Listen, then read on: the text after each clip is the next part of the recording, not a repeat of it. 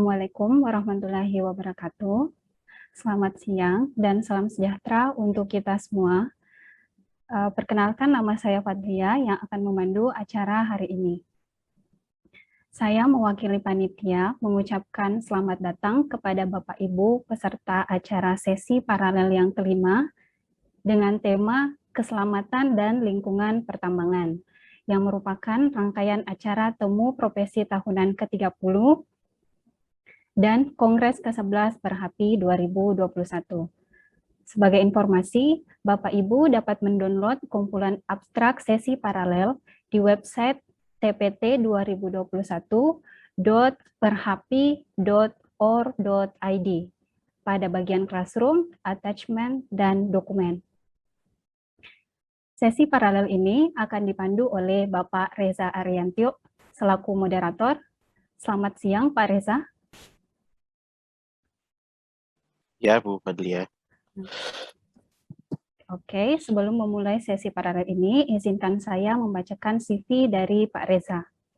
Pak Reza Arianto, STMT, bekerja sebagai dosen di jurusan Teknik Pertambangan, Fakultas Teknologi dan Kebumian dan Energi Universitas Trisakti dari tahun 2015 sampai sekarang.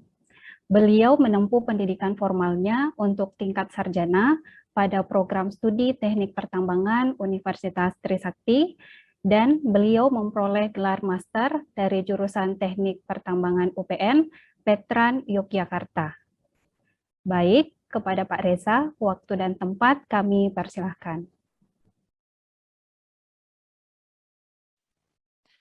Baik, terima kasih Bu Fadlia. Apakah suara saya terdengar? Terdengar, Pak. Baik, terima kasih.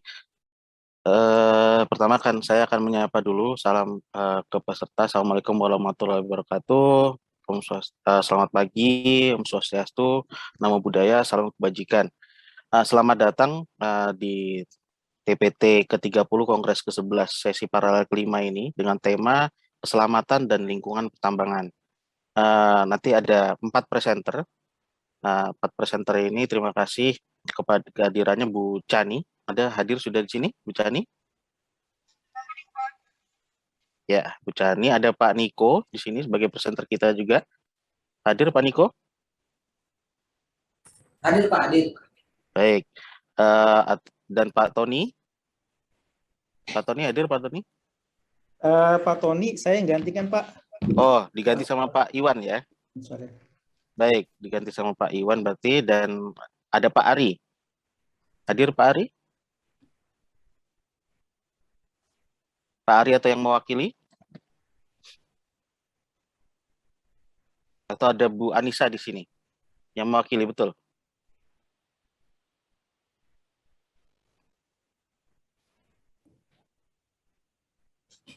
Baik, nanti kalau belum ada kita tunggu aja nanti ya. Diinfokan juga peserta di room ini terdiri dari akademisi, praktisi, dan mahasiswa. Ya.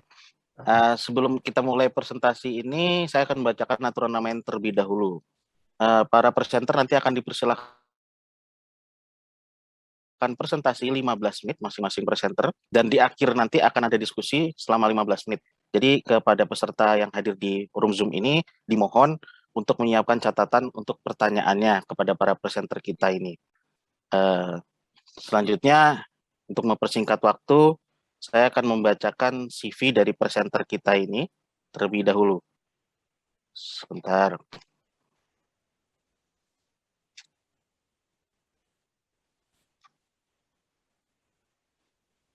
Baik, CV dari presenter kita, yang pertama ada Bu Chani Pradasara. Beliau sekarang di PT Multi Nitrotama Kimia. Bidang keahliannya adalah peledakan dengan pengalaman kerja Technical Service Engineer di PT Nitrotama Kimia.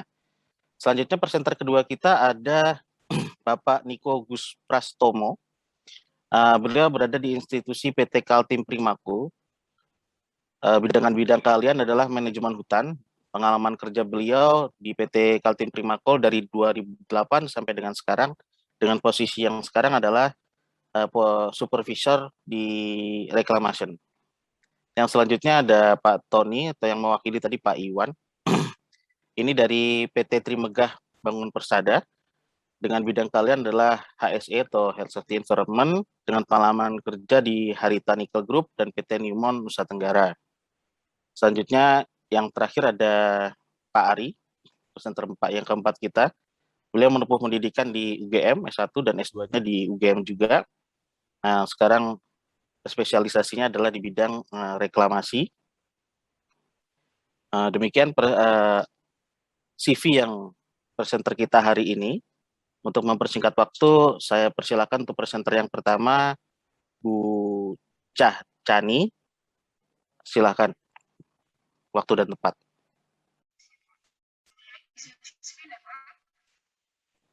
Suaranya agak kecil ya, Bu ya? Mungkin speakernya agak di-mute.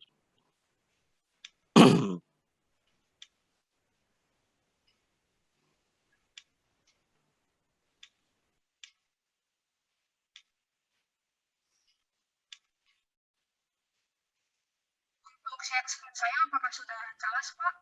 Sudah jelas, cuman suaranya agak kecil, Bu Chani. Oke, segini sudah cukup jelas, Pak? Agak lebih baik. Silakan. Siap.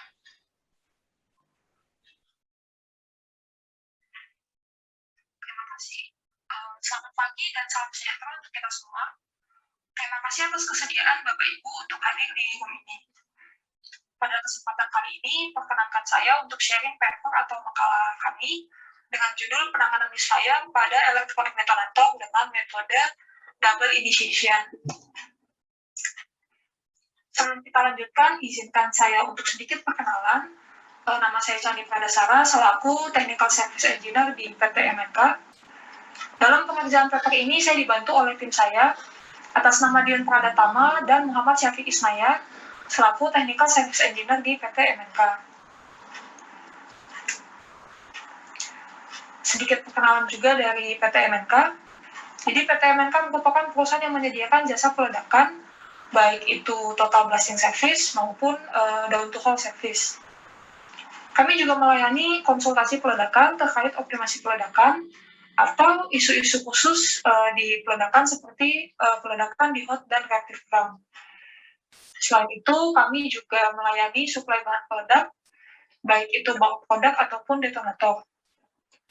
Terlihat pada gambar adalah job site yang dilayani oleh PT MNK. Selain itu, PT MNK juga memiliki 2 pabrik, yaitu pabrik amonium nitrat di Cikampek dan pabrik perakitan non-elektrik detonator di Handil, Kalimantan Timur.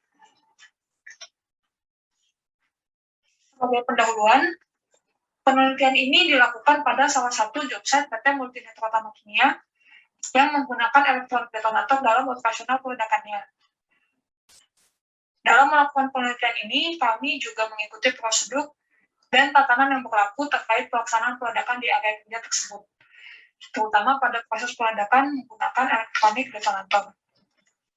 Untuk ruang lingkup kajian, yaitu pada proses operasional peledakan, jika terdapat kondisi elektronik detonator yang fail, sehingga memerlukan penanganan tahap lanjut.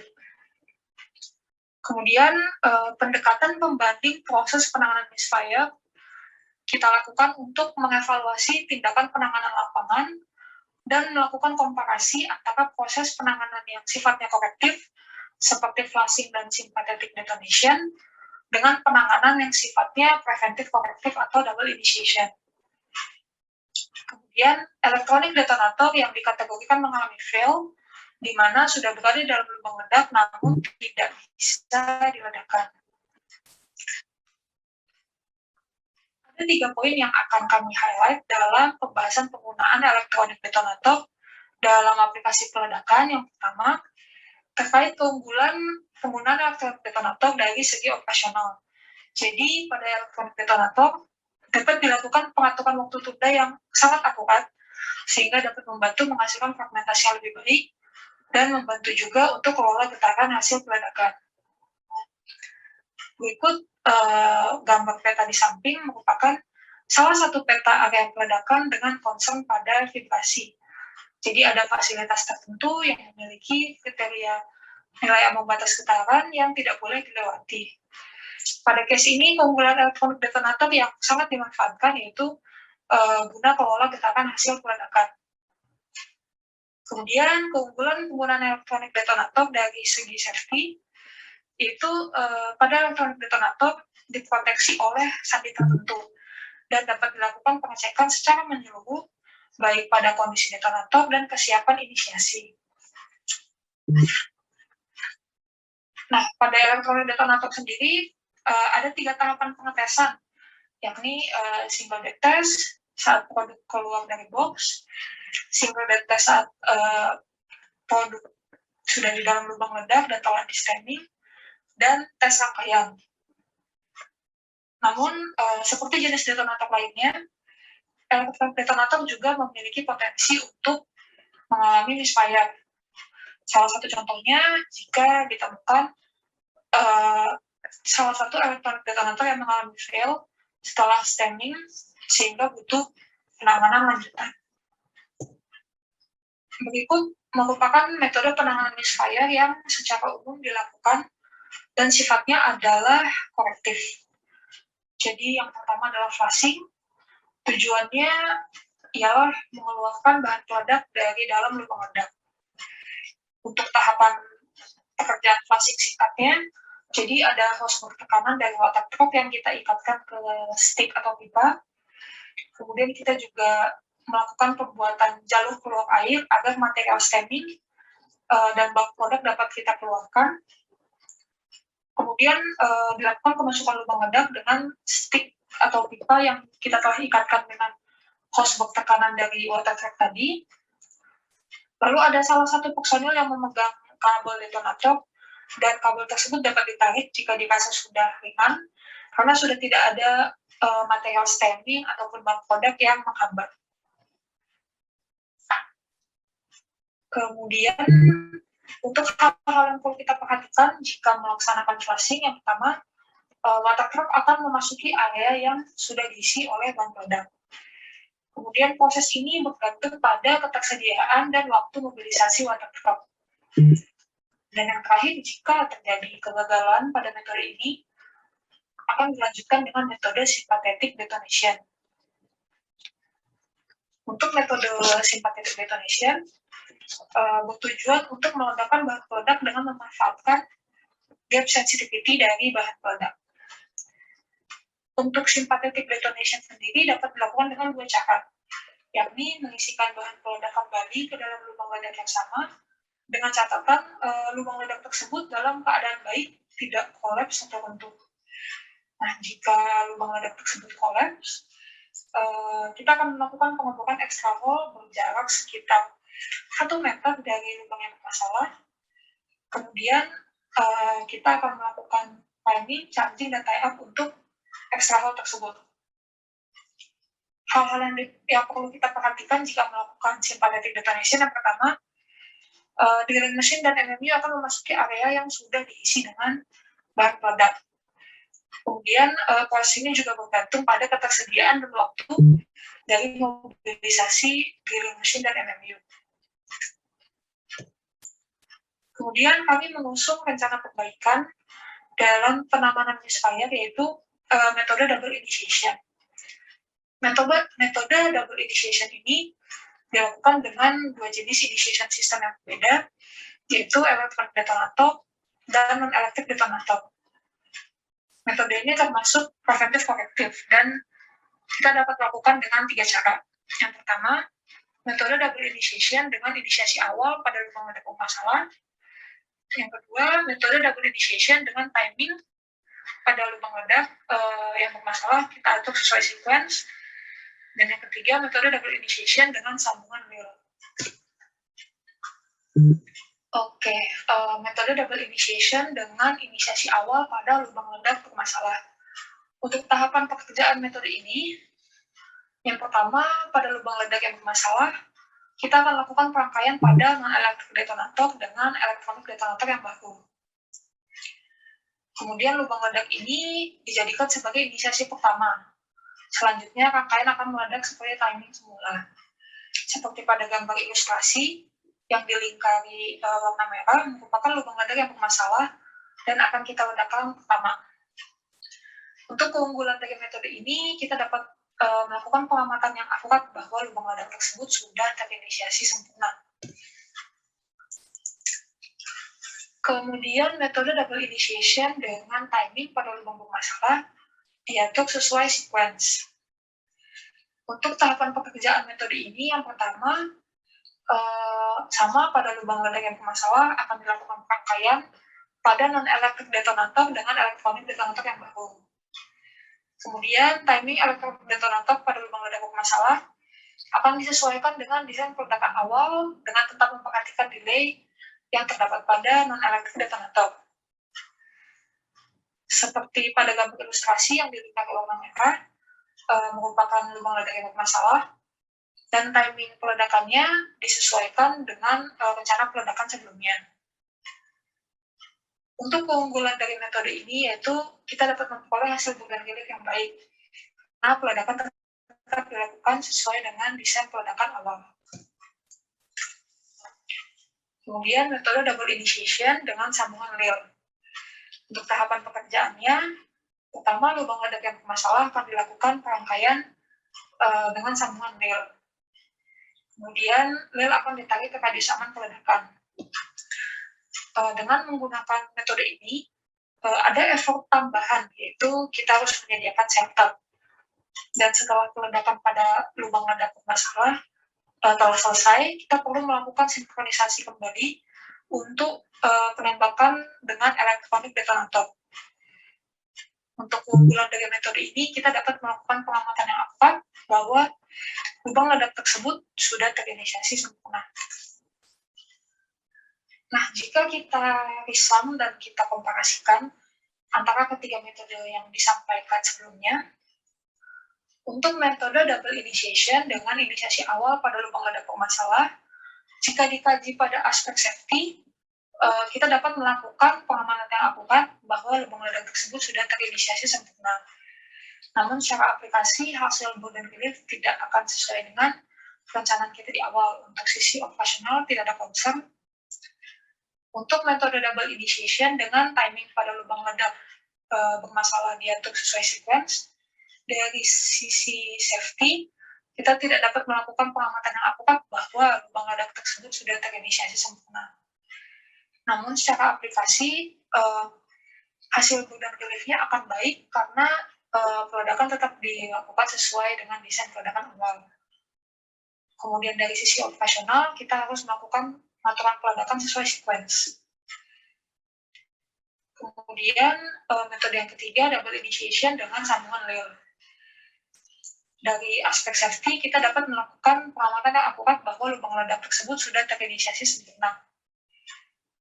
Dari sisi aplikasi, hasil burden relief tidak sesuai dengan perencanaan awal. Dan dari sisi operasional, kita akan membutuhkan setup, dan kita harus melakukan sinkronisasi penembakan kembali untuk elektronik detonator. Berdasarkan komparasi ini, jika kita analisa dan kaji, kita dapat memutuskan bahwa kita memilih metode yang pertama, yaitu double initiation dengan inisiasi awal pada lubang ledak bermasalah sebagai rencana perbaikan dalam penanganan misfire kita. Nah, berikut merupakan implementasi dari metode double initiation dengan inisiasi awal pada lubang ledak bermasalah.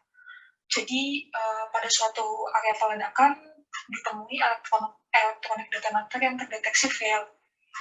Kemudian kita lakukan perangkaian inisiasi non-electric detonator dengan elektronik detonator. Lalu dapat dilihat pada gambar untuk lubang ledak bermasalah, kita lakukan peledakan terlebih dahulu. Dan dapat kita amati bahwa metode penanganan ini berhasil karena lubang ledak yang semula tidak dapat diledakkan jadi dapat diledakkan dan telah terinisiasi sempurna. Berikut merupakan resum dari perbandingan metode penanganan misfire. Yang pertama, jika kita kaji dari aspek safety, untuk metode penanganan flashing akan terdapat water truck yang memasuki area peledakan yang telah terisi bahan peledak. Kemudian ada potensi bahaya saat proses penusukan lubang ledak dengan stik atau pipa. Untuk metode sympathetic detonation, terdapat drilling mesin dan MMU yang akan memasuki area peledakan yang telah terisi bahan peledak.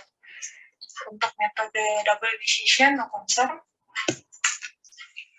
dari aspek waktu penanganan untuk metode flushing, kita perlu waktu untuk mobilisasi water truck menuju area peledakan, ada waktu proses flushing, dan ada waktu penanganan tambahan jika flushing ini tidak berhasil, jadi akan dilanjutkan dengan sympathetic detonation.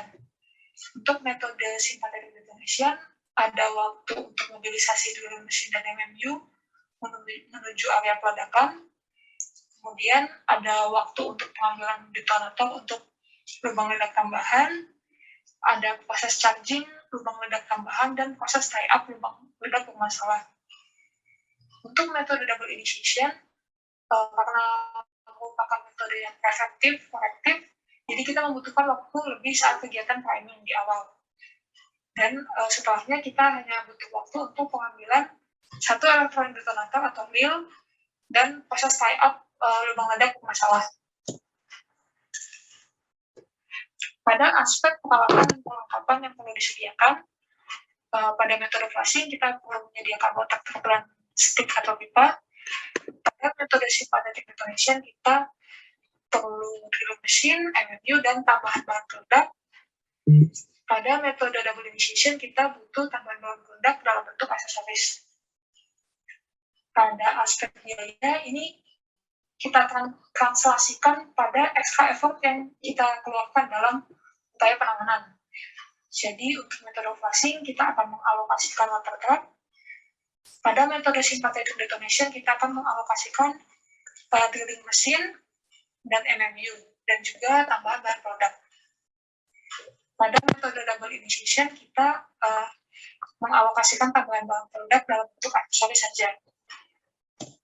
Oke, sehingga dari penjelasan tadi dapat kita simpulkan 3, yaitu penggunaan elektronik detonator dalam kegiatan peledakan memiliki banyak keunggulan dari sisi operasional peledakan dan keselamatan. Namun, seperti jenis detonator lainnya, elektronik detonator juga berpotensi mengalami error pada komponen detonator maupun pada firing system. Kemudian, penanganan misfire dengan cara flushing dan sympathetic detonation memiliki kelemahan terutama pada aspek keselamatan, waktu penanganan, dan peralatan dan perlengkapan yang perlu kita sediakan. Yang terakhir, dengan implementasi penanganan misfire dengan metode double initiation dapat dilaksanakan penanganan misfire yang aman, relatif cepat, dan minim dalam penyediaan peralatan dan perlengkapan yang perlu disediakan. Sekian presentasi dari saya. Terima kasih kepada PT MNK atas kesempatannya dan juga kepada Pak Hapi atas kesempatannya untuk mempresentasikan kajian kami ini. Terima kasih. Baik, terima kasih Bu Jani.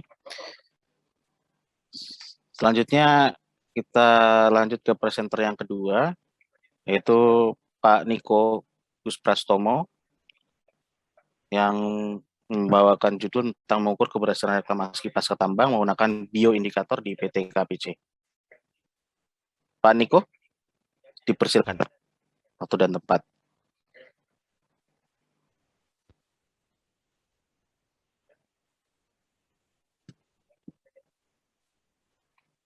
Pak Niko, apa monitor? Monitor Pak, maaf tadi lagi ke belakang. Sebentar. Ya. Silakan Pak Niko, waktu dan tempat dipersilakan. Oke, saya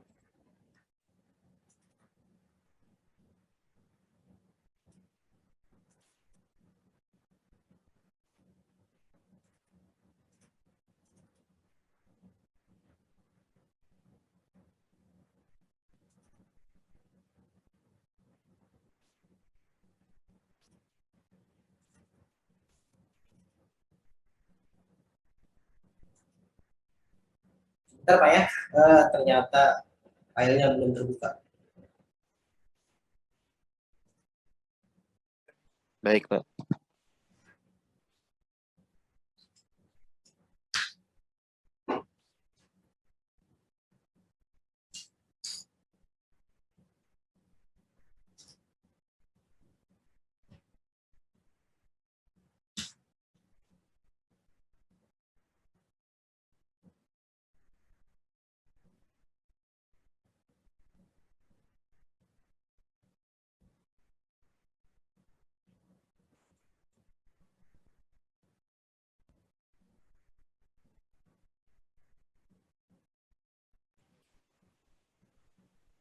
Sudah ketemu Pak atau mau dibantu dari panitia Pak?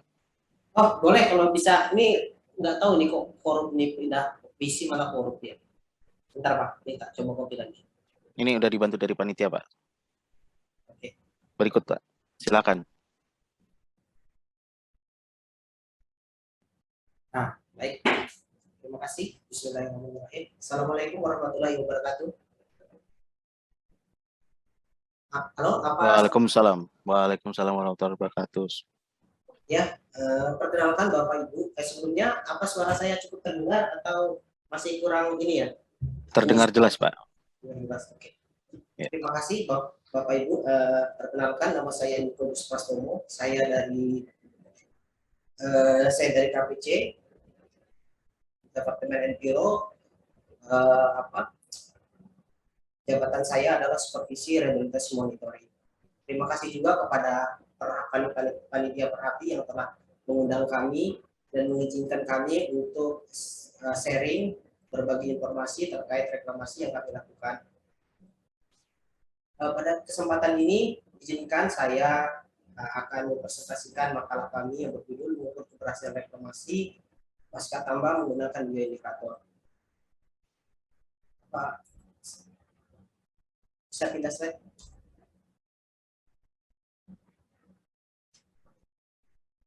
Langsung di latar belakang. Ya, pada slide ini saya akan menjelaskan terkait latar belakang studi ini, mengapa bioindikator itu menjadi penting. Setidaknya ada 3 hal yang membuat bioindikator itu menjadi lebih penting. Yang pertama adalah terkadang penggunaan bioindikator itu lebih terpercaya. Jadi ketika kita mengukur parameter lingkungan dan menilai suatu ekosistem, kesehatan suatu ekosistem menggunakan pengukuran fisik bahkan kimia, terkadang tidak menggambarkan kondisi kesehatan ekosistem yang sebenarnya. Pada prinsipnya ekosistem itu adalah suatu komponen abiotik dan abiotik yang selalu berhubungan. Sedangkan pengukuran secara fisik dan kimia itu cenderung kepada pengukuran komponen abiotiknya. Jadi kesimpulannya, apabila kita menggunakan pengukuran secara fisik dan kimia untuk menilai kesehatan ekosistem itu dirasa belum cukup dan masih cenderung kurang tepat. Contoh kasus apabila kita mengukur menilai suatu ekosistem perairan, misalnya kita menggunakan parameter kualitas air seperti EP, MN dan sebagainya, dan kita dapatin bahwa ekosistem tersebut ternyata sesuai dengan baku mutu. Dengan data ini, apabila kita melakukan kesimpulan bahwa ekosistem di situ adalah sudah sehat, maka di sini agak kurang tepat karena kita belum melihat aspek dari biologinya, yaitu bioindikatornya. Terkadang ekosistem perairan itu sesuai dengan baku mutu, namun demikian tidak ditemukan adanya makhluk hidup atau mikroorganisme penting seperti bentos, seperti mikroinvertebrata, ganggang, planaria, dan lainnya yang bisa menjadikan sebagai indikator. Yang saya ingin tekankan di sini bahwa untuk menilai ekosistem tidak cukup dengan hanya memanfaatkan mengukur secara fisik dan kimia, kita harus menggunakan pengukuran secara biologi atau dengan menggunakan bioindikator. Namun demikian pengukuran bioindikator itu kita dapat gunakan tanpa menggunakan fisik dan kimia dan dengan resiko yang lebih rendah daripada kita hanya menggunakan pengukuran secara fisik.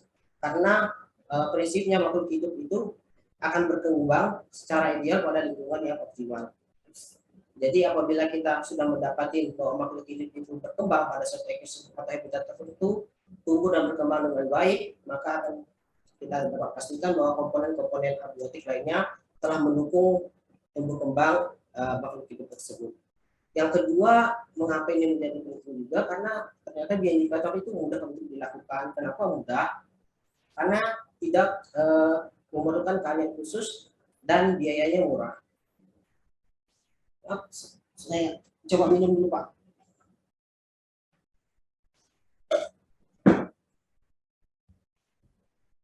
Jadi kenapa mudah? Karena tidak memerlukan keahlian khusus dan biayanya murah. Satu contoh, kita bisa menilai ekosistem reklamasi pasca tambang dengan menggunakan fauna. Kenapa fauna? Karena fauna ini keberadaannya dapat mengindikasikan bahwa habitat atau ekosistem area reklamasi itu telah mampu mendukung atau menyediakan kebutuhan dasar bagi fauna tersebut. Karena tidak mungkin juga fauna itu dapat menetap di situ, berkembang biak, tumbuh dan berkembang apabila lingkungannya tidak mendukung. Ada banyak parameter fauna, salah satunya yang biasa dilihat dan mudah diamatin adalah orang hutan. Orang hutan, kenapa orang hutan? Orang hutan ini punya umur yang panjang, jadi bisa diamati secara terus-menerus, yang kemudian dia juga sebagai spesies umbrella. Artinya apa? Artinya bila kita dapatin di ekosistem tersebut, dia dapat tumbuh dan berkembang dengan baik, akan dipastikan bahwa makhluk hidup lainnya pun bisa tumbuh dan berkembang baik juga. Yang kedua, dia mudah diidentifikasi. Kenapa mudah diidentifikasi walaupun kita sulit menemukannya? Karena dia meninggalkan jejak berupa sarang dan dia membuatnya belasan kali di beberapa literatur dalam satu hari. Dan kita bisa mengamati kehadiran sarang-sarang tersebut sebagai indikasi salah satunya untuk menilai kualitas ekosistem kita. Yang kedua adalah ternyata bioindikator itu merupakan komponen temporal. Jadi karena ya makhluk hidup itu mempunyai umur, mempunyai usia terus dan berkembang. Jadi dia terintegrasi dengan waktu yang digunakan oleh habitat juga. Jadi dia terintegrasi dengan masa lalu, masa kini, dan masa depan, sehingga dapat memprediksi kemungkinan-kemungkinan yang terjadi di masa depan dengan dengan kehadiran fauna tersebut. Selanjutnya adalah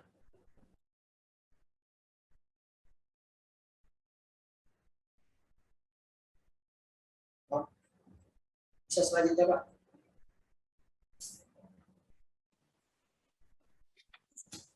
Baik, apa yang diharapkan dari studi ini? Jadi dari studi ini ada 3 harapan. Yang pertama, kita memiliki database terkait flora dan fauna. Kenapa perlu seperti itu? Karena kita tidak bisa serta-merta menggunakan bioindikator itu secara universal. Karena ekosistem pada masing-masing areal itu akan berbeda. Ekosistem atau habitat di Kalimantan akan berbeda dengan Sulawesi dan berbeda dengan misalkan di Australia atau di Afrika. Jadi penting sekali kita untuk mengambil database rona awal, flora dan faunanya sebagai parameter kita untuk mengukur keberhasilan reklamasi kita di masa yang akan datang. Pada studi ini juga kami mengumpulkan data-data terkait bakteri penambat nitrogen dan pelarut fosfat. Kami melakukan studi ini dan mengumpulkannya di 27 lokasi dan 2 lokasi kebetulan di hutan alam. Kenapa ini penting juga? Karena ternyata bakteri ini mampu menyediakan unsur-unsur makro yang dibutuhkan oleh si tanaman.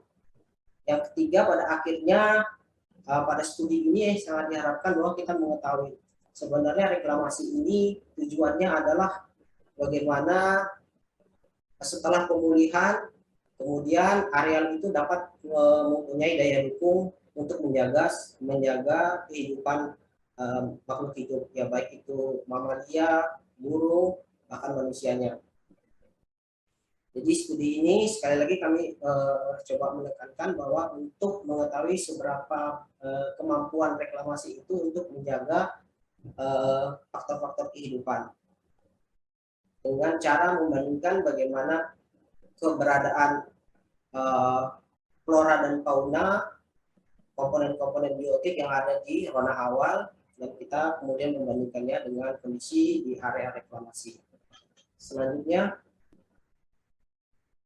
apa dasar penggunaan bioindikator ini? Kita menggunakan parameter kekayaan jenis. Nah, di sini kita mengukur populasinya.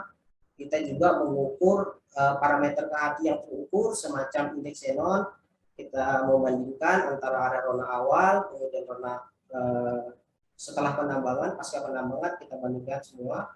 dengan populasi dan nilai terukur tersebut. Selanjutnya, bagaimana studi ini dilakukan? Studi ini estafet dilakukan. Yang kami lakukannya itu sejak 2012 ini dilakukan oleh pihak ketiga. Jadi kita tidak lakukan sendiri, hanya datanya kita gunakan untuk kita presentasikan ke Perhati kali ini. Studi ini menggunakan 42 plot pengamatan ya tersebar di areal konsesi KPC yang ada di Sangatta dan Bengalon. Kita lakukan dari sejak tahun 2012, 2013, dan 2018. Nah, terakhir karena datanya itu baru rilis tahun 2021, jadi belum sempat dimasukkan. Jadi sementara kami update sampai tahun 2018. Jadi pengamatan yang kita lakukan itu terdiri dua, pengamatan langsung dan tidak langsung. Pengamatan langsungnya itu kita melakukan dengan cara ya kamera trap, kemudian pertemuan langsung. Sedangkan pengamatan tidak langsungnya kita menggunakan identifikasi sarang, kemudian cakar, bulu, suara, kotoran, dan lain-lainnya. Dan untuk revegetasi kita menggunakan plot ukur berukuran 20x20 untuk mengidentifikasi flora dan floranya. Kita lakukan ini di areal sesudah dan sebelum penambangan. Nanti data untuk area sebelum penambangan itu akan dijadikan sebagai acuan penilaian keberhasilan reklamasi pasca tambang. Selanjutnya, hasil apa yang didapat? Nah, kebetulan ini studi sebenarnya terus berlanjut. Nah, tidak menutup kemungkinan angkanya akan terus berubah. Sementara yang kami dapatin di area reklamasi itu kita temuin mamalianya justru lebih banyak, 24 jenis dan 15 jenis itu di area hutan alam. Perbedaan cukup signifikan yang kita temuin di situ adalah kehadiran tupai. Nah, ternyata tupai itu lebih banyak di area reklamasi. Ini adalah spesies mamalia yang tidak ada yang tidak kita temui di hutan alam. Di zona awalnya di sekitar hutan alam area penambangan kita itu adalah tupai. Dan yang kedua adalah yang kurang kita temuin adalah babi. Nah, cenderungan mereka itu lebih senang itu ke area apa namanya, area reklamasi, ke kemungkinan besar ya karena memang area reklamasi itu memberikan ruang untuk berkembang untuk reklamasi. Setidaknya ada 4 hal yang penting yang perlu kita cermati terkait kenapa apa namanya kita temui mamalia lebih banyak di area reklamasi ya. Yang pertama adalah ketersediaan pakan. Sudah jelas area reklamasi ini ternyata mampu mencukupi kebutuhan pakan karena dari awal kita sudah memang menanam tanaman-tanaman yang sifatnya itu menunjang untuk tumbuh dan berkembangnya seperti rusa, kemudian kijang, karena kita menanam tanaman-tanaman rumput-rumputan, ya rumput-rumputan dan kemudian kacang-kacangan, LCC yang memang itu sebenarnya akan disukai oleh binatang. Yang kedua memang konsep kita ini menggunakan tanaman-tanaman cepat tumbuh yang mayoritas adalah jenis-jenis legum yang ternyata itu juga disukai oleh mamalia tersebut. Yang kedua adalah terkait ketersediaan air. Kenapa kemungkinan di area reklamasi itu lebih banyak? Ini selain dari mungkin datanya yang perlu kita tambahin lagi adalah kualitas air. Nah, area reklamasi ini adalah area terkontrol karena selalu diawasi oleh pemerintah. Jadi mau tidak mau memang di situ kita memang harus benar-benar menciptakan membuat air di situ tidak terkontaminasi oleh air asam tambang. Jadi benar-benar dilakukan treatment dan benar-benar diperhatikan. Jadi ini salah satunya juga yang bisa menjadi penunjang kehadiran mamalia. Yang kedua adalah area reklamasi itu memberikan perlindungan karena penanaman tanaman cepat tumbuh selain dan lokal itu ternyata cukup membantu karena dengan penanaman tanaman cepat tumbuh itu memberikan tempat perlindungan bagi hewan dengan cepat gitu. Jadi hewan itu lebih mudah untuk berlindung dari cuaca panas, terik, dan kemudian dari predator. Kemudian dia lebih mudah untuk melakukan bersarang dan berkembang biak. Dan di samping itu kita juga memberikan perlindungan karena biasanya area reklamasi itu adalah area-area terbatas yang tidak bisa dimasukin oleh semua orang kecuali orang yang diberi izin oleh KTT. Yang keempat adalah terkait tata ruang. Jadi karena sistem reklamasi di sini juga menggunakan sistem zonasi, jadi ada areal-areal yang ditetapkan sebagai zonasi konservasi, ada jenis pelindung, penyangga, dan kemudian adanya infrastruktur untuk mendukung zonasi tersebut yang untuk sehingga lebih memudahkan memfasilitasi untuk pertumbuhan kembangnya mamalia tersebut. Dan reklamasi itu progresnya setiap tahun selalu meningkat sehingga koridor-koridor itu lebih terhubung semakin ke sini karena semakin banyak maka koridor-koridor yang terputus sudah semakin tertutup. Jadi penyebaran luasannya bagi mamalia itu lebih leluasa seperti itu. Yang kedua,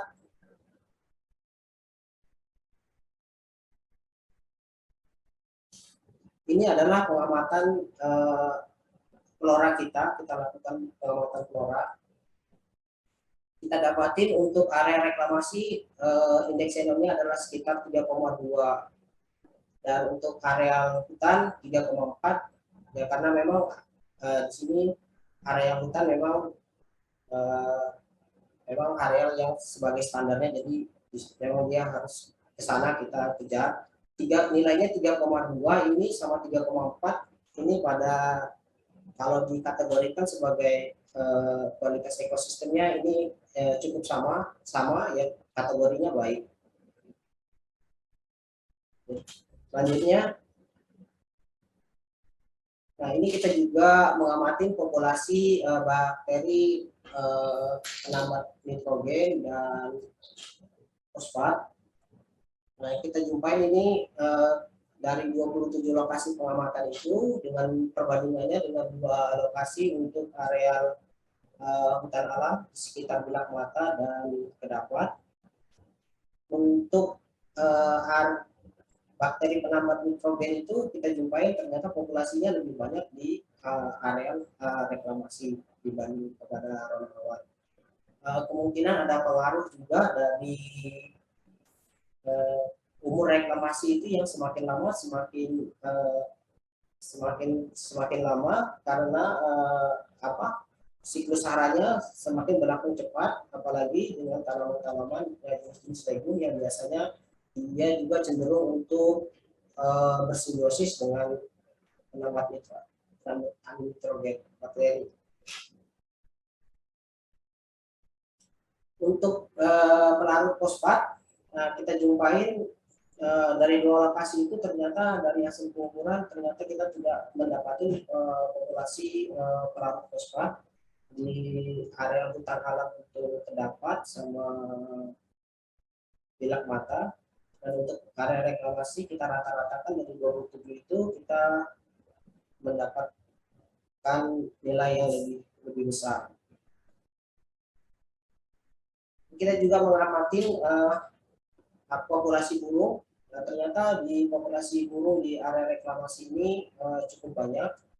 Kita dapatin sekitar 50 spesies dan di hutan alam itu kita dapatin sekitar 31 spesies.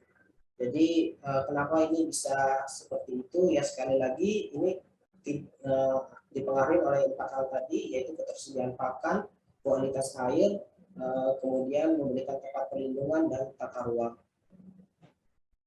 Jadi seperti mamalia burung juga membutuhkan pakan. Jadi keberadaannya di area reklamasi ini juga mengindikasikan bahwa ketersediaan pakan di area tersebut cukup memenuhi bagi kebutuhannya. Kemudian juga mampu memberikan dia perlindungan untuk dia bersarang, berkembang biak. Selanjutnya adalah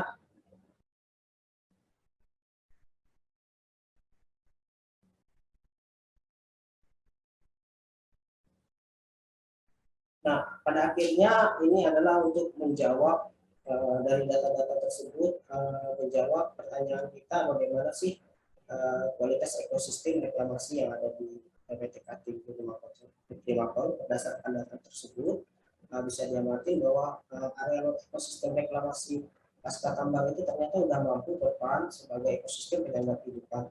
Itu terbukti dari kehadiran flora dan faunanya yang cukup berlimpah dan populasinya kurang lebih seperti populasi yang ada di Rona Awan. Demikian, terima kasih pada panitia rapi. Demikian yang bisa saya sampaikan. Baik, terima kasih Pak Niko. Selanjutnya untuk mempersingkat waktu, kita persilakan presenter ketiga, Pak Tony yang diwakili oleh Pak Iwan ya, Pak Iwan. Ya. Baik, waktu dan tempat dipersilakan Pak Iwan. Baik, terima kasih.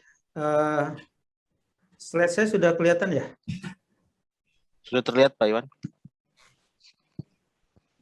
Oke, terima kasih atas ininya, waktunya. Suara saya juga ada clear ya? Ya, clear. Terima kasih. Bismillahirrahmanirrahim. Assalamualaikum warahmatullahi wabarakatuh. Selamat siang semuanya. Terima kasih atas kesempatan ini. Kami mencoba mempresentasikan pemanfaatan limbah pabrik pirometalurgi di Pulau Obi, Halmahera Selatan, Provinsi Maluku Utara.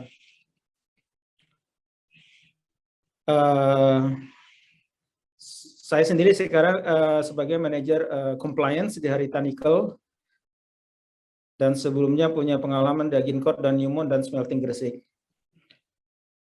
Ini beberapa hal yang mau kita sampaikan. Bagi teman-teman, bapak-bapak, ibu-ibu yang belum pernah tahu Harita Nickel, kita ada di Obi. Obi ini ada di Halmahera Selatan. Ya, dari Jakarta nanti terbang sekitar 3 jam. 3 jam menuju ke 3 jam lebih menuju ke Ternate, kemudian dari Ternate ke Labuha, kemudian 3 jam lagi menuju ke Pulau Obi. Oke. Dan alhamdulillah di tanggal 17 November lalu tahun 2020 proyek Harita Nickel di Obi itu ditetapkan sebagai proyek strategis nasional atau PSN. Perpres 109/2020.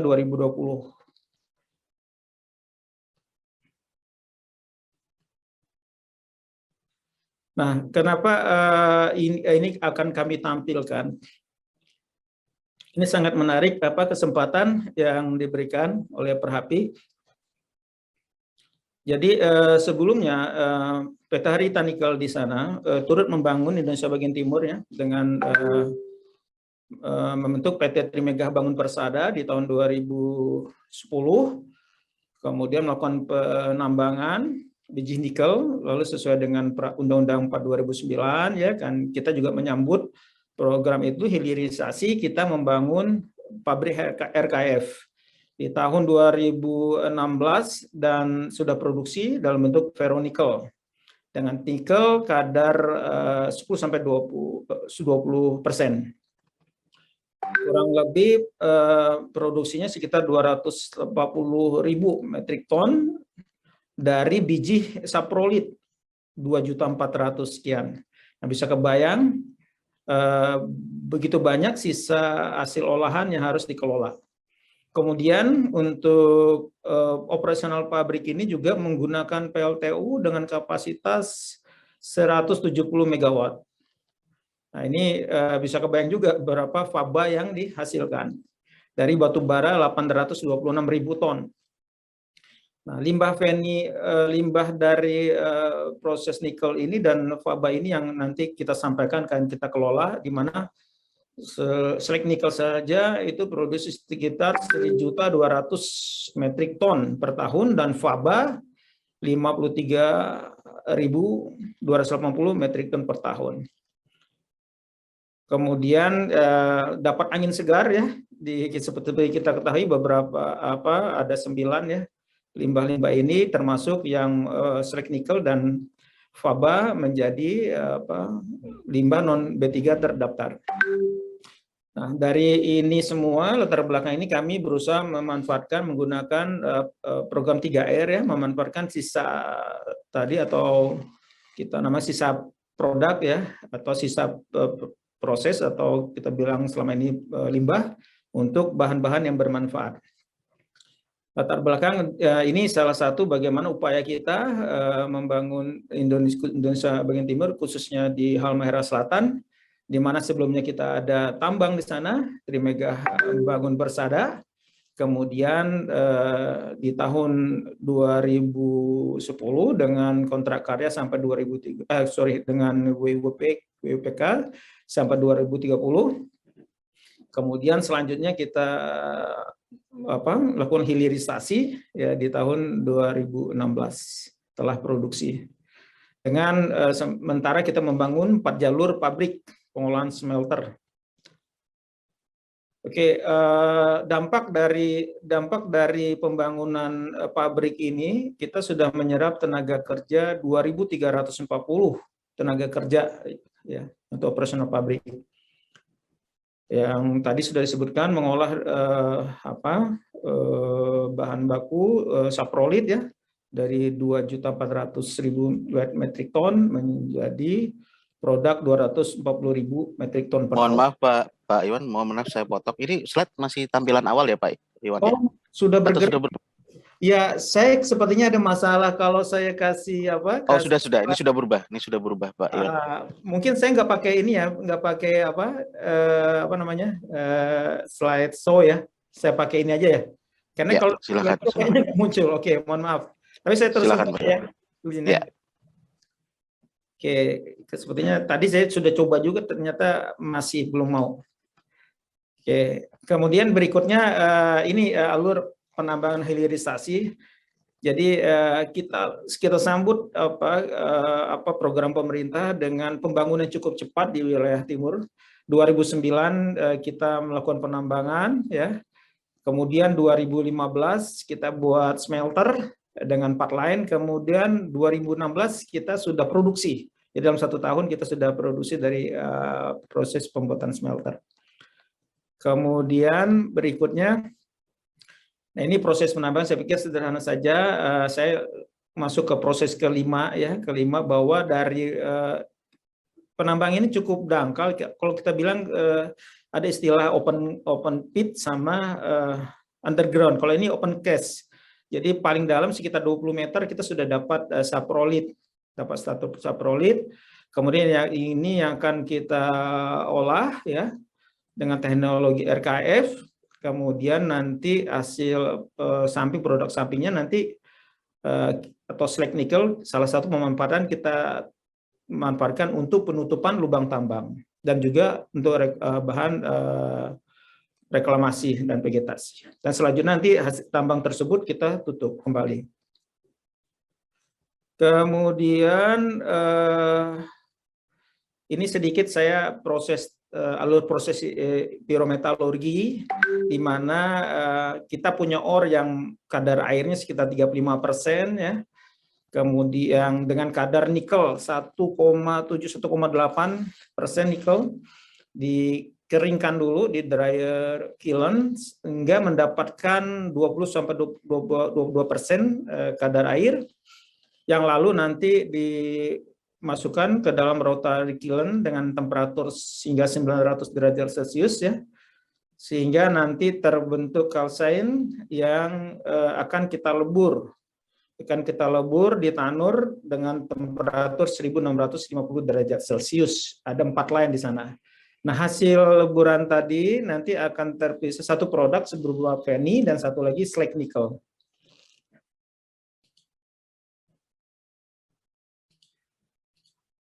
Oke, nah ini contohnya yang di atas adalah produk dalam bentuk slag masih cair dengan panas 1600 sekian, kemudian masuk ke casting, dijadikan ingot dalam bentuk batangan, sementara slag nanti kita watering ya, kita spray dengan air terbentuk granular. Mungkin kalau yang pernah ke Vale sekarang dia berupa sedikit lempengan, kalau kita dalam bentuk granular, jadi lebih mudah nanti dikelola. Kalau ini mungkin sudah sering ya teman-teman semua, Bapak Ibu mendapatkan penjelasan tentang PP 101 ke PP 22 ya. Salah satunya kita mendapatkan manfaat di mana dulu slag sama faba sebagai limbah B3 sekarang non B3 terdaftar. Kemudian tentunya pada saat itu dijadikan limbah B3 dulu kita melakukan uji karakteristik. Di sini terlihat ya slag nikel. Kandungan paling banyak aja adalah oksida dari silika, kemudian Mg juga besi, alumina. Jadi ini bisa terbayang ini sebenarnya limbah atau sisa produk yang sangat bermanfaat. Ya inilah nantinya akan kita kelola. Nah ini karakteristik dari sizingnya dan juga persyaratannya di SNI. Kalau yang untuk slag nickel bisa terlihat di sana bahwa dia non toksik ya, sudah diuji dengan LD50, LC50 aman ya, dan dia inert artinya tidak di alam aman, makanya dikeluarkan dalam di kategori limbah B3. Kemudian fly ash sendiri ya kita reverse ke SNI. Di sini termasuk yang kategori F yang bagus produknya. Artinya dengan kadar presentasi SiO2, Al2O3, Fe2O3 itu melebihi 77,55%. Dan sementara kadar maksimum yang diperbolehkan kita rendah, misalkan SO3-nya. Kemudian LOI-nya ya 3,46 dibandingkan 6. Kadar airnya juga. Jadi ini kualitas faba yang dihasilkan cukup bagus. Jadi terpikirkanlah oleh kita untuk dimanfaatkan faba dengan slag tadi. Ya alhamdulillah kita di tahun 2018 sudah mendapatkan izin pengelolaan limbah bahan berbahaya dan beracun. Tentunya kalau untuk regulasi yang baru PP 22 2021 tidak perlu lagi mendapatkan izin. Nah, ini literatur bagaimana tadi fly ash dengan faba ini ternyata bisa banyak dimanfaatkan. Lalu kita lakukan uji-uji, terutama kita gunakan untuk bahan-bahan konstruksi, uji kekerasan, uji tekan ya, bisa dilihat di slide ya. Pada umur 7 hari kita ada 3 sampel pada saat itu, uji tekannya sampai 200-an sampai 300-an kilogram per sentimeter cubik. Kemudian penyerapan air juga kecil. Dan ini termasuk kualitas yang sangat jadi keras untuk bahan konstruksi. Nah ini kita aplikasikan sudah. Jadi drainase di sana kita sudah tidak perlu, karena OB kan jauh tadi ya. Kita pakai nanti dari bahan-bahan dari sana, kebanyakan. Jadi campuran dari slag faba. Yang tadinya ini juga kita coba buat beton tanpa boulder, tanpa kerikil segala macam, dan kekerasannya juga bagus ya, bisa kelihatan di sini. Umur 7 hari dan 28 hari. Nah, ini jalan, kalau saya bilang sih kalau jalan di sini kita buat kekerasannya mungkin lebih bagus daripada jalan tol yang ada sekarang. Jadi dengan material slag dan faba ini sangat bermanfaat. Selain itu, tadi kita punya open cast ya, bekas tambang, itu nanti kita tutup kembali dengan slope sekitar 30 ya, slope 30. Kita buat perbandingan faba 1:5. Nah, ini uji tes kita cukup stabil. Nanti kita menggunakan faba juga sebagai solidification ya. solidifikasi material tersebut dan stabil, dan akhirnya nanti lahan tersebut kita jadikan fondasi untuk kedepannya, karena tadi daerah kita adalah ditetapkan sebagai PSN, maka kedepannya proyek ke depan kita akan membangun beberapa pabrik-pabrik lagi, dan termasuk salah satunya bekas lahan tambang tadi kita jadikan fondasi tempat lahan untuk fondasi pabrik-pabrik kita berikutnya, bisa dimanfaatkan demikian. Dan menariknya karena kami di pulau yang indah, kami juga bersinergi tentunya dengan lingkungan. Tim menjaga lingkungan, kami melihat beberapa spot mungkin perlu dibuat karang-karang buatan artificial reef. Dan bahannya dari mana kita buat tadi, dari slag nikel faba itu jadi kubus berongga. Nah, ini tempat nanti main-main ikan. Kita baru program ini sudah baru ke laut, kita aplikasi di sana.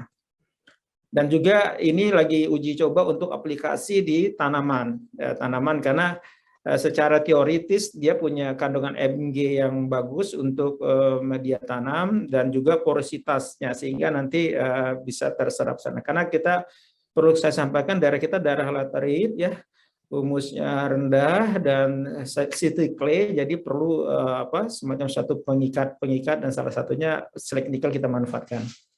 Sehingga dari pemanfaatan slag, nikel, dan faba tadi, kita mulai menunjukkan peningkatan dari 2017 kita masih istilahnya dari pemanfaatan terbatas, karena waktu itu masih belum banyak pabrik-pabrik yang dibangun. Kemudian 2018 sudah mulai banyak dibakar untuk jalan, konkret, dan bangunan-bangunan pabrik. Dan 2019 kita muncul lagi pabrik baru untuk tidak disajikan di sini, pabrik HPAL. Dari situ mulai banyak dipakai materialnya. Kemudian termasuk 2020, 2021 kita bangun lagi pabrik-pabrik lain, sehingga material tadi yang sebelumnya kategorinya limbah sekarang kita manfaatkan. Kesimpulannya, jadi kebijakan pemerintah dengan mengeluarkan slag nikel dan faba dari limbah B3 adalah suatu kebijakan yang sangat bagus, karena memang secara uji karakteristik kimia pun menunjukkan ya bahwa dia non toksik ya, dari LD50, LC50 tadi, dan juga TCLP. Kemudian dan ini akhirnya pemanfaatannya lebih leluasa ya. Kemudian yang kedua, menjadi bernilai tinggi. Kalau dulu itu kan mekanismenya kalau kita memakai kalau itu boleh di perdagangan tapi keluar, bukan ke Indonesia gitu. Sayang sekali material sangat bermanfaat dibuat keluar. Kemudian sangat rumit lah proses perizinan pemanfaatan kalau kita manfaatkan di luar dari sistem kita. Kalau sekarang ini sangat banyak manfaatnya nanti ke depannya, terutama kalau kami butuh untuk internal kami cukup banyak. Kemudian tentunya tadi salah satu prinsip 3R berjalan ya di situ, kita reuse kembali ya, kita manfaatkan. Nah, satu hal yang jadi PR kita semua yang beraktivitas di penambangan dan juga hilirisasi ya. Mungkin sudah saatnya limbah pengolahan dan pemurnian pertambangan ini menjadi SHP. Jadi ini sangat strong point, kita pikir mungkin yang perlu Perhapi menjadi salah satu motor ini. Jadi tadi kita sudah selama ini kalau kategori limbah itu selalu negatif ya, selalu negatif. Memang definisi segala sisa produksi adalah limbah. Hanya terminologi ini di Indonesia sangat negatif, sehingga kenyataan sisa hasil pengolahan ini sangat bisa dimanfaatkan. Di samping kami juga sesuai tadi kita sudah ditetapkan sebagai proyek strategis nasional ya. Nah, itu kita sambut, kita respon dari itu dengan sekarang ini kita bangun HPAL. HPAL ini adalah pabrik yang memproduksi ya bahan baku untuk baterai mobil listrik, dan alhamdulillah bulan Mei lalu kita commissioning dan commercial production bulan Juni, dan pertama kali di Indonesia pabrik yang membangun bahan baku untuk baterai mobil listrik dari material limonit yang nikel kadar rendah. Nah, ini kita sudah produksi yang pertama di Indonesia, dan kita teruskan lagi ke depannya menjadi 6 line. Nah, itu sambutan dari PSN tadi. Kemudian untuk RKF sendiri sekarang lagi dibangun, yang sekarang tadi dengan pemanfaatan tadi itu dengan satu pabrik 4 line. Nah, berikutnya kita sedang berjalan dibangun 8 line, double lagi dari yang kemarin. Jadi dibangun 8 line, estimasi mungkin di 2023, 2024 kita sudah produksi. Kemudian rencana ke depan ya, kami tambah lagi 12 line dari RKF. Nah, ini salah satu upaya perusahaan grup Harita Nikel untuk membangun wilayah Indonesia bagian timur menjadi bagian ya untuk pembangunan Indonesia. Demikian yang bisa saya paparkan. Terima kasih atas waktu semuanya. Wassalamualaikum warahmatullahi wabarakatuh. Waalaikumsalam warahmatullahi wabarakatuh. Terima kasih Pak Iwan. Selanjutnya kita ke presenter yang terakhir, yang keempat, dibawakan oleh Bu Anissa ya? Iya Pak. Baik, silakan Bu Anissa. Baik, terima kasih Pak Reza. Sebentar saya share screen dulu.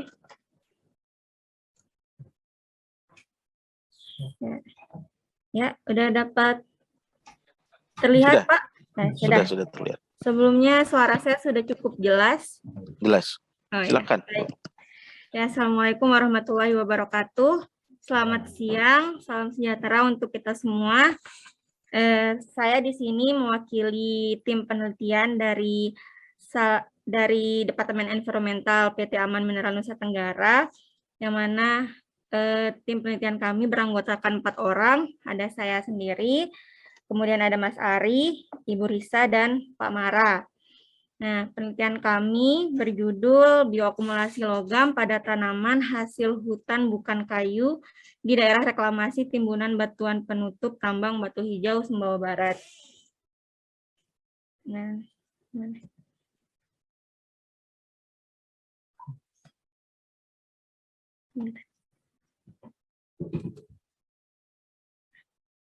iya, untuk perkenalan terlebih dahulu, jadi nama lengkap saya Anissa Farhiah Wahdah Hamid. Saat ini saya sedang bekerja di PT Aman Mineral Nusa Tenggara sebagai lab analis di Laboratorium Lingkungan Departemen Environmental PT Aman Mineral Nusa Tenggara.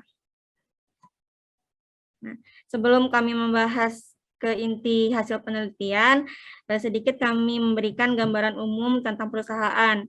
Jadi PT Aman Mineral Nusa Tenggara ini atau biasa disebut dengan PT Aman merupakan perusahaan yang menjalankan bisnis inti pertambangan dan pengolahan tembaga dan emas berkelas dunia di Pulau Sumbawa.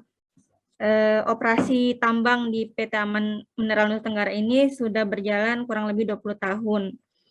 Aman memegang izin usaha pertambangan khusus operasi produksi seluas 25.000 hektar yang diperpanjang hingga tahun 2030. Berikut perkiraan cadangan emas dan tembaga per 31 Desember 2020. Selain operasi pertambangan, Aman juga mengoperasikan berbagai fasilitas layanan pendukung untuk kebutuhan operasional perusahaan yang produktif, beserta area tonsite bagi karyawan. Dan berikut merupakan peta lokasi operasi pertambangan PT Aman Mineral Nusa Tenggara yang berada di Pulau Sumbawa di Provinsi Nusa Tenggara Barat. Yang mana PT Aman Mineral Nusa Tenggara ini memiliki 2 proyek, yaitu proyek Batu Hijau. Sebentar Bu Anissa, ini slide-nya nggak gerak ya? Nggak jalan ya? Gerak juga ya? Gini aja Pak ya, sama seperti tadi. Iya, silakan. Ini udah lihat Pak ya, udah pas? Sudah pas. Silakan. Jadi PT Aman Mineral Nusa Tenggara ini memiliki 2 proyek pertambangan. Yang utama itu di Batu Hijau di Kabupaten Sumbawa Barat. Kemudian ada proyek Elang yang merupakan proyek eksplorasi. Nah, PT Aman berfokus terhadap inovasi guna menghasilkan warisan terbaik untuk pelestarian lingkungan yang bertanggung jawab dan berkelanjutan. Salah satu warisan yang ingin kami berikan ialah reklamasi kelas dunia. Nah, itu. Jadi dan tujuan dari reklamasi ini pun salah satunya ialah mewujudkan kembali vegetasi asli yang lestari sesuai dengan struktur dan keragaman yang ada sebelum pertambangan. Berikut adalah praktek reklamasi saat ini. Jadi ada tahap, yang pertama ada tahap recontouring dan resloping, yang mana pada tahap ini ialah penyiapan lahan dengan slope 2:1, 2 horizontal dan 1 vertikal. Kemudian ada soil spreading, yaitu penempatan topsoil dan subsoil dengan ketebalan tanah maksimal 2,75 meter. Kemudian ada tahap soil compaction, yaitu pemadatan tanah. Dan ada field nuclear density test. Nah, setelah itu ada instalasi kokonet, kokopit, dan hydroseeding sebagai kontrol dari erosi, pencegah terjadinya erosi. Itu.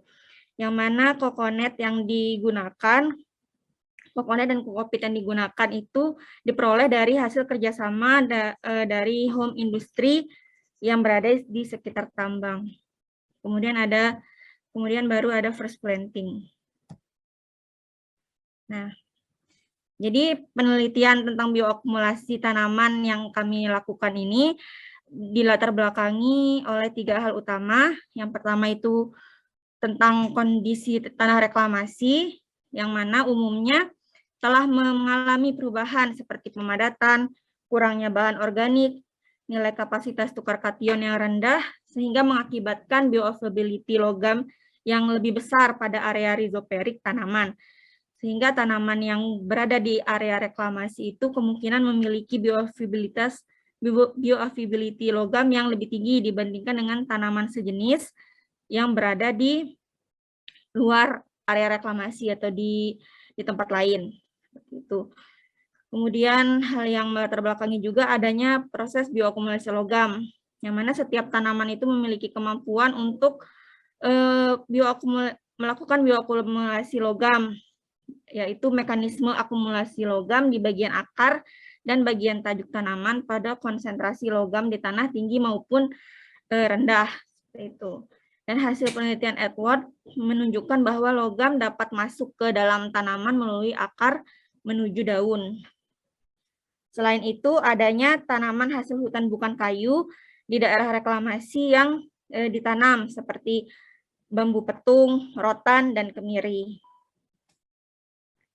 Sebagaimana tadi dijelaskan bahwa tujuan dari reklamasi kami ialah menumbuhkan kembali vegetasi asli yang lestari sesuai dengan kondisi awalnya. Oleh sebab itu kami dalam pemilihan jenis pohon atau jenis tanaman, pemilihan jenis pohon dan tanamannya, kami memilih tanaman lokal yang sama dengan penyusun hutan alam di sekitar tambang. Nah, itu. Jadi tidak hanya pohon hasil hutan kayu, namun ada juga ditanam hasil hutan bukan kayu. Dari mana lebih dari 13 jenis diantaranya dapat dikonsumsi, baik buah, bunga, maupun batangnya. 3 diantaranya, yaitu yang menjadi objek penelitian kami, ialah rotan, kemiri, dan bambu petung. Tujuan ditanamnya tanaman hasil hutan bukan kayu ini agar masyarakat sekitar dapat memanfaatkan dan mengkonsumsi hasil hutan bukan kayu tersebut tadi secara lestari dan berkelanjutan, seperti itu. Jadi inti dari latar belakang kita ialah adanya tanaman yang dapat dikonsumsi di daerah reklamasi, seperti itu. Yang mana kita tahu bahwa tanaman-tanaman tersebut memiliki kemampuan untuk bioakumulasi logam. Nah, tujuan penelitian yang kami lakukan, yang pertama, menghitung bioakumulasi logam pada bagian tanaman pada beberapa tanaman yang tumbuh di daerah reklamasi timbunan batuan penutup. Kemudian membandingkan nilai akumulasi logam dengan yang tumbuh di luar daerah reklamasi timbunan batuan penutup sebagai kontrolnya. Kemudian memberikan rekomendasi pemilihan jenis tanaman yang aman dikonsumsi di daerah reklamasi timbunan batuan penutup. Berikut ialah pustaka penelitian yang menjadi referensi kami.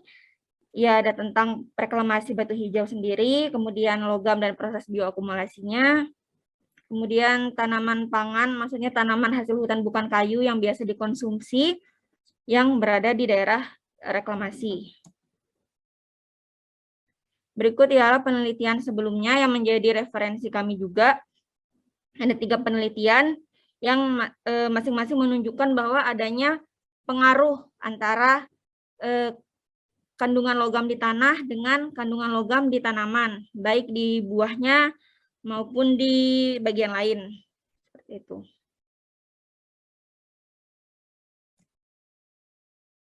Nah, tanaman hasil hutan bukan kayu yang menjadi objek penelitian kami, seperti dijelaskan tadi, itu ada bambu petung, yang mana bambu petung ini dapat dikonsumsi tunas mudanya atau biasa disebut terbung. Kemudian ada tanaman rotan yang biasa dikonsumsi batang mudanya, dan tanaman kemiri yang diambil bijinya sebagai rempah-rempah.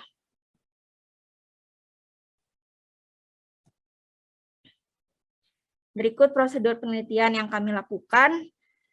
Ada 4 tahap. Pertama, pengambilan contoh uji, kemudian pengepakan dan pengiriman, kemudian ada analisa total metal, dan analisa data. Nah, dari proses pengambilan hingga pengiriman dan analisa total metal ini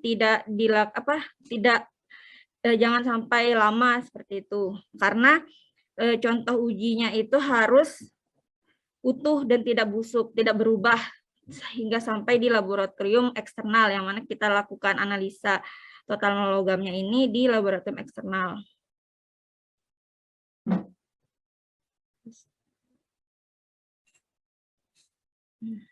Next. Nah, berikut ialah lokasi penelitian, lebih tepatnya lokasi pengambilan contoh. Di sini ada yang titik biru ini, merupakan daerah hutan alam yang kami gunakan sebagai kontrol. Kemudian ada daerah reklamasi PT Aman Mineral Nusa Tenggara, yaitu ada Kanlokadam, Tongolokadam, dan Ujatdam.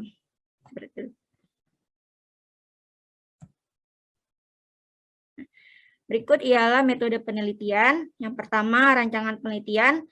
Jadi untuk sampelnya sendiri itu kami mengambil 2 lokasi besar, tadi seperti sudah dijelaskan, ada area reklamasi dan area hutan alam sebagai kontrolnya.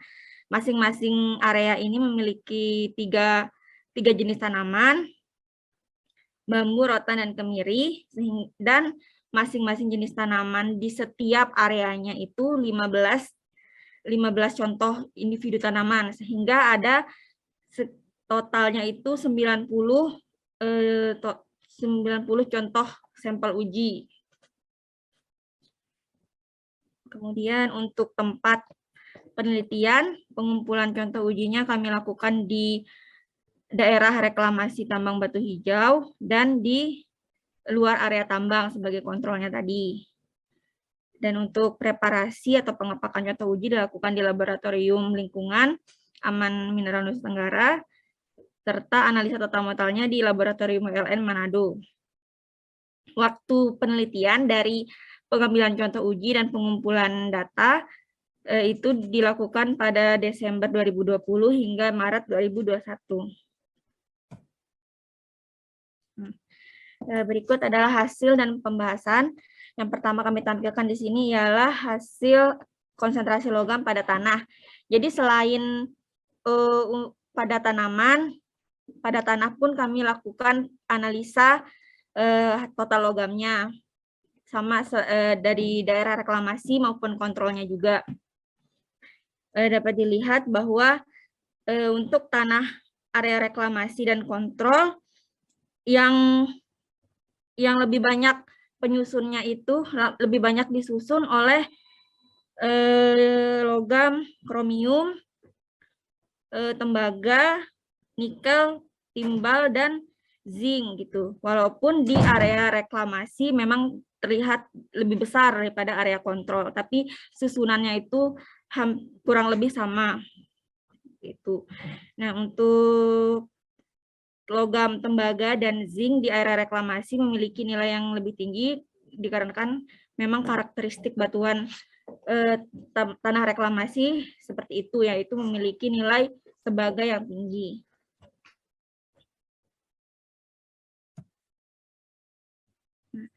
Berikut ialah konsentrasi logam pada tanamannya.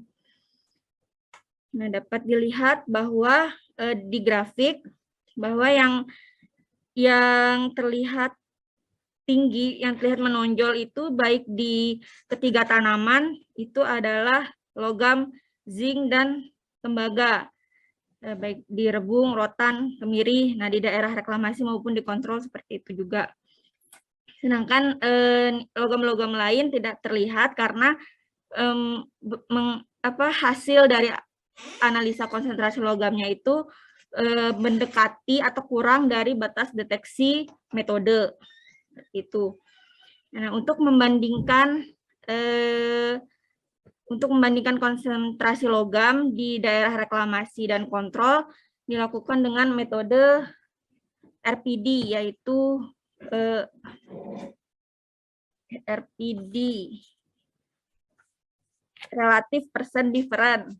Ya, RPD itu relative percent difference, yang mana semakin besar RPD-nya, semakin besar pula perbedaan antara logam di reklamasi dan di daerah kontrol. Nah, jadi rentang RPD dari ke-10 logam yang kita peroleh itu ada 0 sampai 197% gitu. Jadi hampir 200%-nya perbedaannya antara reklamasi dan kontrol. Nah, kemudian untuk logam zinc dan tembaga pada kemiri terlihat paling tinggi dibandingkan rotan dan rebung. Dan di daerah kontrol lebih tinggi daripada di daerah reklamasi. Dan untuk tanaman rebung memiliki zinc dan rotan yang memiliki zinc dan tembaga yang paling rendah seperti itu.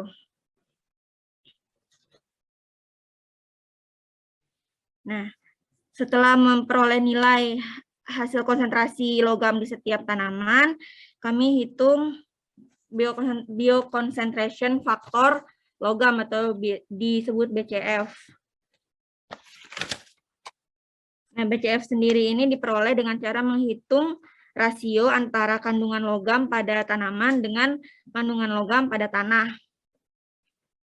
Nah, dapat dilihat di ketiga tanaman ini BCF yang tertinggi ialah logam selenium. Nah, jadi BCF yang tinggi ini menunjukkan bahwa intek tanaman terhadap logam itu semakin besar. Jadi semakin tinggi nilai BCF, semakin besar intek tanamannya, intek tanaman terhadap logamnya. Kemudian yang paling kecil nilai BCF-nya itu dapat dilihat bahwa yang paling kecil merupakan logam kromium. Nah, di setiap tanaman dan dari daerah reklamasi maupun kontrol memiliki urutan yang berbeda-beda antara logam satu dengan logam lain terhadap nilai BCF-nya, namun hampir kurang lebih mirip seperti itu. Berdasarkan Van X tahun 1997, BCF yang kita peroleh ini kan rentangnya dari 0 sampai 0,001 sampai 0,147, yang mana itu merupakan termasuk kelas akumulatif rendah. Di sini unsur merkuri atau unsur Hg tidak kami masukkan karena detection limit antara tanah dengan tanamannya itu berbeda sehingga tidak dapat sehingga tidak dapat menggambarkan secara utuh dan tidak dapat dibandingkan dengan logam lainnya. Nah, setelah itu kami bandingkan secara umum antara logam-logam antara Jadi kami bandingkan tuh hasil dari konsentrasi logam yang berada di tanaman reklamasi maupun di daerah hutan alam sebagai kontrol. Nah, setiap logamnya itu memiliki nilai signifikan kurang dari 0,05. Maaf saya potong, bisa Ya? dipercepat Bu Anissa? Oh iya, maaf Pak. Kasih. Nilai signifikan ini menunjukkan bahwa adanya perbedaan bermakna. Sehingga dapat disimpulkan bahwa logam yang ada di tanaman daerah reklamasi maupun hutan alam itu memiliki perbedaan bermakna. Nah, penyebab perbedaan tersebut ialah adanya kemampuan tiap jenis tanaman berbeda-beda dalam menyerap logam. Kemudian ada variasi kandungan logam dalam tanah seperti jumlah konsentrasinya. Kemudian perbedaan umur tanaman reklamasi dan kontrol. Nah, umur ini menunjukkan bahwa perbedaan lamanya kontak dengan logam yang ada di tanah itu sendiri. Nah, karena tanaman objek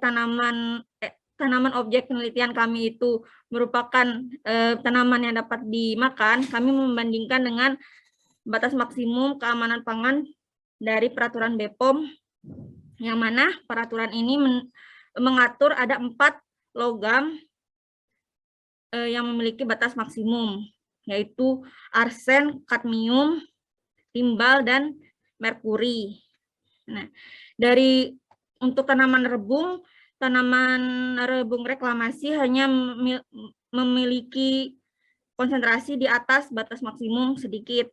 Kemudian untuk rebung dikontrol itu baik arsen, timbal, dan merkurinya melebihi batas maksimum yang telah ditentukan. Nah, untuk rotan daerah kontrol malah dia dari keempat logam itu semuanya memiliki konsentrasi di atas batas maksimum, sedangkan di daerah reklamasi hanya logam kadmium dan timbal saja yang melebihi batas maksimumnya. Dan untuk kemiri kontrol itu tidak ada yang melebihi batas maksimum. Dan untuk daerah reklamasi itu ini logam timbal yang melebihi sedikit berada di atas batas maksimumnya. Seperti itu. Nah, kesimpulan yang dapat kami berikan secara umum konsentrasi logam di bahan pangan baik di tanah reklamasi lebih rendah dibandingkan dengan yang ada di kontrol. Konsentrasi logam pada bahan pangan tertinggi di daerah reklamasi maupun hutan alami adalah yang paling tinggi itu zinc yang terdapat pada kemiri sebesar 43 ppm dan yang kemiri dikontrol itu 43 dan yang di daerah reklamasi 12 ppm. Nah, di antara keempat logam yang diatur oleh BPOM, kandungan logam rotan yang diperoleh dari hutan alam melebihi batas maksimum lebih tinggi dibandingkan jenis lain maupun di area reklamasi. Rekomendasi dan saran yang dapat kami berikan, penanaman bambu dan kemiri dapat dilakukan secara lestari. Sedangkan penanaman rotan di daerah reklamasi maupun kontrol dipilih rotan jenis asli batu hijau yang batang mudanya tidak dapat dikonsumsi. Kemudian konsumsi tanaman rotan di daerah reklamasi maupun kontrol perlu dibatasi karena mengandung logam yang melebihi batas maksimum tadi. Pemantauan logam pada tanah dan tanaman perlu dilakukan secara berkala untuk mengetahui tingkat akumulasi logam dari waktu ke waktu, khususnya pada tanaman. Berikut adalah pustaka penelitian kami. Ya, demikian yang dapat kami sampaikan, kurang lebihnya mohon maaf. Wabillahi taufiq wal hidayah. Wassalamualaikum warahmatullahi wabarakatuh. Waalaikumsalam warahmatullahi wabarakatuh. Terima kasih Bu Anissa. Kita sudah mendengarkan 4 paparan dari presenter kita hari ini. Seharusnya memang selesainya di 11.25 tadi untuk para presenter, tapi mundur 15 menit ya, 15 sampai 20 menit ini. Tapi tadi saya sudah menanyakan ke panitia, bisa dilakukan sesi tanya jawab sampai di pukul 12. Jadi kita punya waktu kurang lebih 13 menit dari sekarang. Silakan Bapak Ibu yang ingin bertanya kepada para presenter kita, atau bisa raise hand atau bisa silakan di kolom chat. Sudah ada yang raise hand, ini ada Prof. Rudi Sayoga Gautama. Apa kabar Prof? Semoga sehat selalu Prof. Baik, alhamdulillah. Baik, alhamdulillah. Terima kasih Mas Reza. Boleh ya saya? Baik, terima kasih Mas Reza. Saya mungkin ada pertanyaan singkat ke Pak Iwan. Yang saya ingin tanyakan tadi kan ditunjukkan campuran slag nickel dengan faba. Nah, yang pertama begini, mohon konfirmasi apakah batu bara sebagai sumber PLTU-nya itu berasal dari satu tambang tertentu gitu, atau bisa dari tambang yang lain, karena kalau tambang yang lain mungkin karakteristik fabanya bisa berubah. Itu yang pertama. Dan yang kedua tadi waktu campuran slag dengan faba digunakan untuk di backfill ke bekas tambang. Nah, pertanyaan saya kan, ini faba ini kan halus, walaupun ada tadi 1,5 ya kalau tidak salah ya, 1 slag 5 faba. Nah, bagaimana mengendalikan erosi, karena ini kan terbuka lahannya, ya, bagaimana caranya untuk mengendalikan erosi supaya ya bisa terkendali, supaya fabanya tidak terbuang karena erosi. Mungkin itu saja ingin tanya dari Pak Iwan. Terima kasih Mas Reza. Baik, makasih Prof. Rudi. Silakan Pak Iwan. Ya, Prof Rudi, terima kasih pertanyaannya. Saya juga tidak berharap Prof Rudi yang nanya ini. Nggak mau konfirmasi aja Pak. Kan tentunya lebih banyak memahamin. Terima kasih tentunya. Untuk yang kedua, pertanyaan kedua mungkin ya yang perlu saya jawab dulu ya. Kebetulan Pak Tony juga lagi hadir nih. Nah, ini Pak Tony juga bisa bantu saya yang pertama. Yang untuk terjadinya mencegah terjadinya apa tadi ya, erosi, terjadinya ini memang menjadi mekanisme yang harus kita tangani. Pertama di awal memang itu yang kita rencanakan. Makanya kita ada solidifikasi, Prof. Solidifikasi sangat penting ya. Satu, dengan faba itu ternyata berfungsi untuk salah satu mengikat ya, dan mengikat dari slag tersebut. Kemudian tentu juga kita nggak bisa main-main dalam topografi, dalam kemiringan. Jadi kalau di dalam pengertian erosi ini kan ada dua. Erosi terhadap material lainnya, artinya yang kedua terjadi sliding dari material itu sendiri. Nah ini makanya desainnya kita buat sekitar tadi 30%, kemudian solidifikasi itu sangat penting, dan sejauh ini memang terkontrol ya, dan tentunya ada aliran-aliran air yang kita divert ya, di bawahnya kita buat juga kolam-kolam penampungan. Sejauh ini alhamdulillah Prof, alhamdulillah bisa terkendali. Kemudian kalau sumber batu baranya Pak Tony bisa hadir kah? Itu selama ini apa kita dalam satu sumber, sepengetahuan demikian Prof, satu sumber batu bara, dan itu memang berkaitan tadi dengan karakteristik fabanya ya, dan dari uji kita memang tadi ya kita sampaikan sangat baik ternyata ya, dari kategori F kalau nggak salah ya. Artinya sangat tinggi sekali, dan maksimum LOI dan segala macam pun lebih rendah dibanding daripada persyaratan. Dan tentu menjadi perhatian, memang harus satu sumber gitu kan, harus satu sumber. Jadi di awal-awal memang di FS kita biasanya kita sudah mencantumkan kayak kita membangun 8 RKF berikutnya Prof, 2 kali double. Nah, kita sudah di dalam FS pun sudah memprediksi sumbernya dari mana, bahkan sudah melakukan pendekatan dalam perusahaan yang akan kita ini kan jadi sumber batu bara. Oke, Ya, kurang lebih demikian. boleh saya tambahin, Mas? Nah, ini kalau Pak Tony menambahin, saya mundur, Prof. Silakan, Silakan Pak Tony. Ya, mohon maaf tadi Pak, Bapak Ibu sekalian, mohon maaf tadi saya terpaksa tidak bisa gabung karena ada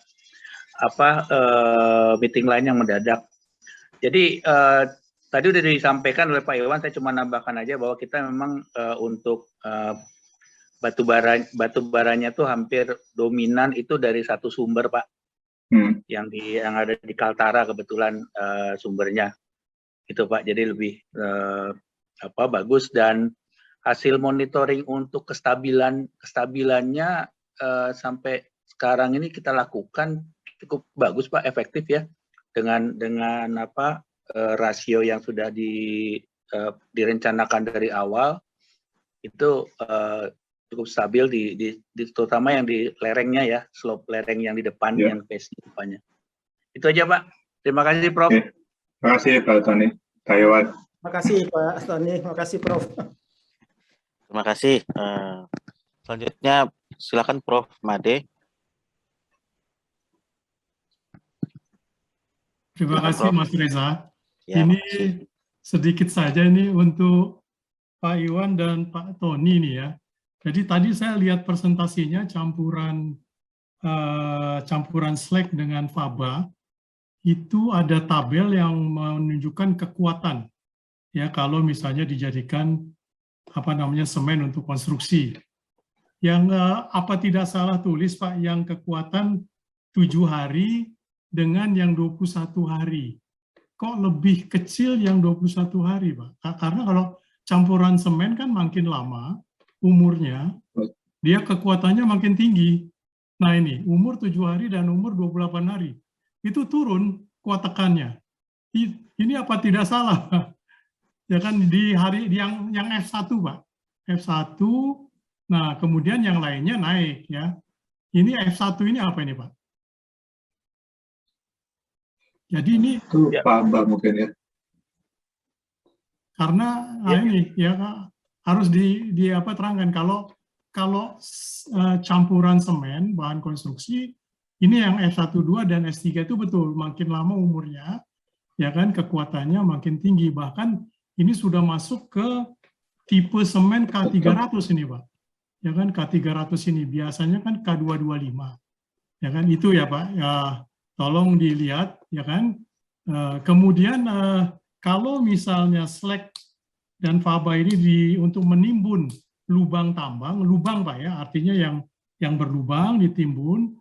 Apakah sudah dilihat Pak permeabilitas daripada slag tersebut, ya kan? Karena itu dia bisa menjadikan tempat untuk menampung air, ya kan? Tapi kalau dia dipakai untuk menstabilkan lereng, hati-hati kalau permeabilitasnya besar, malah lebih bagus atau lebih jelek, gitu kan? Airnya akan keluar, gitu ya. Nah ini saya tidak melihat faktor itu ya, itu perlu sekali dilihat, ya kan? Itu saja Pak Iwan dan Pak Tony. Terima kasih Mas Reza. Baik, makasih Prof. Silakan Pak Iwan atau Pak Tony. Ya. Pak Tony, monggo Pak. Ya, apa kabar Prof Made? Lama nggak ketemu nih. Baik Pak. Alhamdulillah sehat Pak, sehat. Aduh, syukur sehat ya. Ya Prof. Jadi itu percobaan ya, kalau formula tadi yang disampaikan tadi oleh Pak Iwan itu beberapa macam percobaan ininya Prof. Jadi komposisi antara slag, faba dan semen dan air. Nah itu ada kita beberapa kali percobaan, ya kan. Nah yang tadi itu yang memang yang lebih kecil itu nggak kita pakai. Jadi yang kita pakai itu yang semakin lama semakin kuat, gitu kan. Dengan 28 hari itu lebih kuat. Begitu sih Prof. Kalau ininya formula yang di depannya itu berdasarkan kode formula komposisi. Kita uji coba beberapa komposisi itu, ya kan. Saat ini sih yang bagus itu kita gunakan dengan semennya itu 7-8% aja, ya kan. sama ada kandungan air berapa yang kita buat, saya lupa ininya. Nah, itu yang formula yang terbaik, yang sampai, memang betul sampai K300 itu sampai ininya Prof. Begitu. Kemudian kalau permeabilitas, ya kita tetap monitor ini Prof, baik yang di hilirnya kita punya ipalnya di bawah maupun yang masuk ke dalam air tanah, ya kan. Sejauh ini sih sesuai dengan ekspektasi kami itu dia tidak terlalu permeabel, air mengalir terus ke bawah ya dan keluar di hilirnya, ya kan. Kalau yang di tempat penimbunan itu di kakinya itu kita hampir tidak begitu melihat Prof, ada rembesan ya atau seepage gitu ya, kita nggak lihat, tapi itu bagian dari pemantauan terhadap kestabilan kami lakukan itu Prof, selain dari erosi ya kan, dan juga adanya seepage nantinya gitu. Sejauh ini kami masih sesuai dengan desain dan hasil penelitian geoteknik pada waktu awal pembangunan itu Prof. Itu ininya. Kalau volume mungkin nggak gitu besar ya Prof, karena kita bicara tambang yang kecil ya, kapasitas bekas tambang nikel ini ya, itu kapasitasnya itu sekitar sampai 7 juta aja, itu aja udah penuh gitu. Makanya kita banyak memanfaatkan nih. Bersyukur aja tahun ini statusnya bukan lagi limbah B3 tapi sudah non B3 terdaftar, sehingga banyak lebih termanfaatkan gitu Prof. Terima kasih Prof atas pertanyaannya. Baik, terima kasih Pak Tony. Baik, terima kasih. Ini ada satu pertanyaan, mungkin pertanyaan terakhir ya, mengingat waktu juga. Di kolom chat saya bacakan saja. Dari Pak Taufik Arif di Unsri. Untuk Ibu Chani, monitor Ibu Chani ya, aplikasi metode initiation untuk melihat lubang terisi atau tidak terterapkan pada mineral apa, berapa persentase dapat mengurangi misfire. Untuk Pak Niko, bekas tambang dijadikan hutan. Bagaimana cara mengukur keberhasilan reklamasi, bioindikator? Ukuran apa dan berapa lama? Dan untuk Pak Tony sendiri, sudah berhasil atau zero waste memanfaatkan sisa hasil pengolahan pemurnian SHP di mana selak nikel dijadikan paving atau konblok. Tetapi apakah bisa selak nikel dilebur kembali? Mana yang lebih menguntungkan? Silakan dari Bu Chani dulu Bu, silakan. Oke, siap. Suara saya sudah terdengar, Pak? Sudah terdengar Bu Chani. Silakan. Siap. Terima kasih Pak Taufik untuk pertanyaannya. Mungkin saya sedikit menjelaskan untuk metode double initiation ini sudah berhasil kami lakukan di salah satu customer kami di tambang batu bara, Pak. Dan untuk metode double initiation ini sifatnya adalah preventif korektif terhadap terjadinya misfire. Jadi metode ini tidak untuk mengurangi adanya misfire, namun untuk penanganan saat terjadinya misfire. Mungkin sekian penjelasan dari saya. Terima kasih Pak Reza. Baik, terima kasih Bu Chani. Silakan tuh Pak Niko, Pak. Pak Niko, monitor.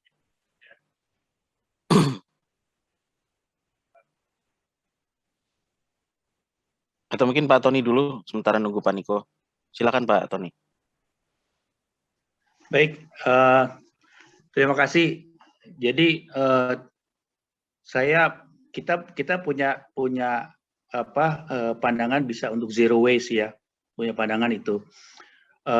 Tapi perlu diingat tadi disampaikan Pak Iwan tadi ya, dengan hilirisasi yang ada itu ya kan, produk yang jadi itu jauh lebih kecil daripada sisanya. Makanya kita munculkan istilah SHP ini ya, supaya bisa dipikirkan bagaimana untuk pemanfaatannya. Karena jumlahnya yang cukup besar, sampai lebih dari 90% daripada biji yang diolah, maka pemakaian itu perlu dipikirkan untuk kita bisa semaksimal mungkin. Ya, tidak melepas kemudian apakah kemudian ada peleburan ya kalau di refinery-nya gitu. Tidak lepas kemungkinan seperti itu, cuman kita perlu lihat manfaatnya untuk apa dulu gitu ya, lebih banyak ke arah sana ya. Kita sedang masih lakukan beberapa kajian-kajian lain untuk bisa dimanfaatkan daripada slag nikel ini. Volume yang paling besar dapat dimanfaatkan daripada slag itu adalah untuk pengerasan jalan, ya pengerasan jalan itu paling besar volumenya. Hanya saja beberapa kendala untuk volume untuk pengerasan jalan itu butuh waktu yang agak lama, jangan kena hujan supaya dia lebih keras gitu ya. Nah ini yang agak menyulitkan di dalam praktek di lapangan. Begitu ininya yang dapat saya sampaikan. Terima kasih. Baik, makasih Pak Tony. Pak Niko, pemonitor Pak Niko. Ya, monitor Pak. Ya, ini ada pertanyaan dari Pak Taufik. Untuk Pak Niko, bekas tambang dijadikan hutan, bagaimana cara mengukur keberhasilan reklamasi, bioindikatornya, ukurannya apa dan berapa lama? Silakan Pak Niko. Ya, baik Pak. Maaf ketiduran tadi. Untuk Pak Taufik ya? Betul Pak, dari Pak Taufik, dari Unsri.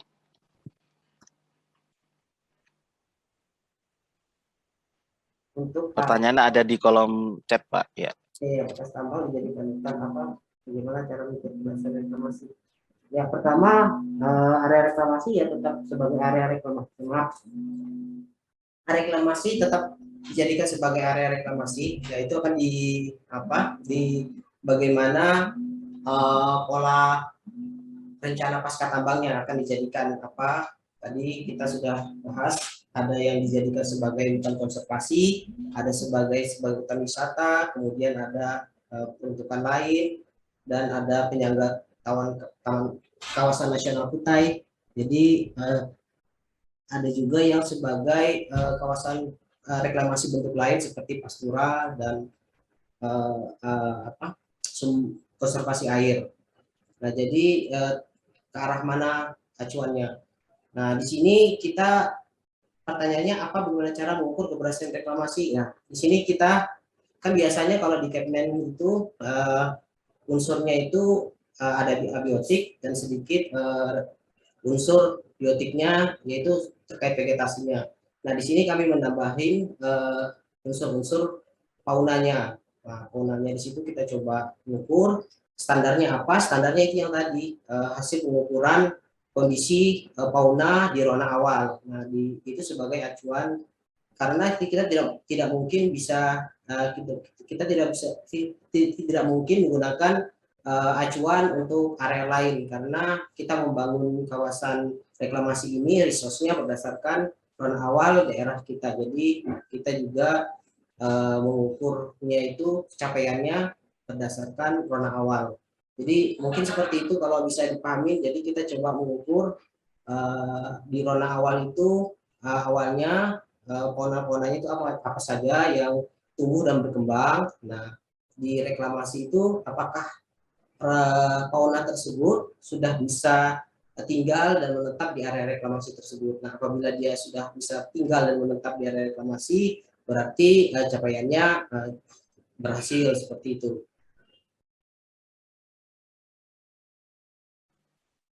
Baik, makasih Pak Niko jawabannya. Dengan demikian berakhir sudah sesi paralel yang kelima ini. Seru sekali Bapak Ibu, luar biasa animo presentasi dan diskusi di TPT ke-30 Kongres ke-11 sesi paralel kelima ini, walau secara hibrid, daring dan luring. Ucapan terima kasih kepada Prof. Made dan Prof. Rudi. Ucapan terima kasih juga kepada para presenter kita, Bu Chani, Pak Niko, Pak Iwan, dan Pak Tony tadi. Dan terakhir ada Bu Anissa sebagai presenter. dan Bapak Ibu juga yang sudah hadir di ruang Zoom ini. Terima kasih. Saya tutup diskusi ini dengan wabillahi taufiq wal hidayah. Wassalamualaikum warahmatullahi wabarakatuh.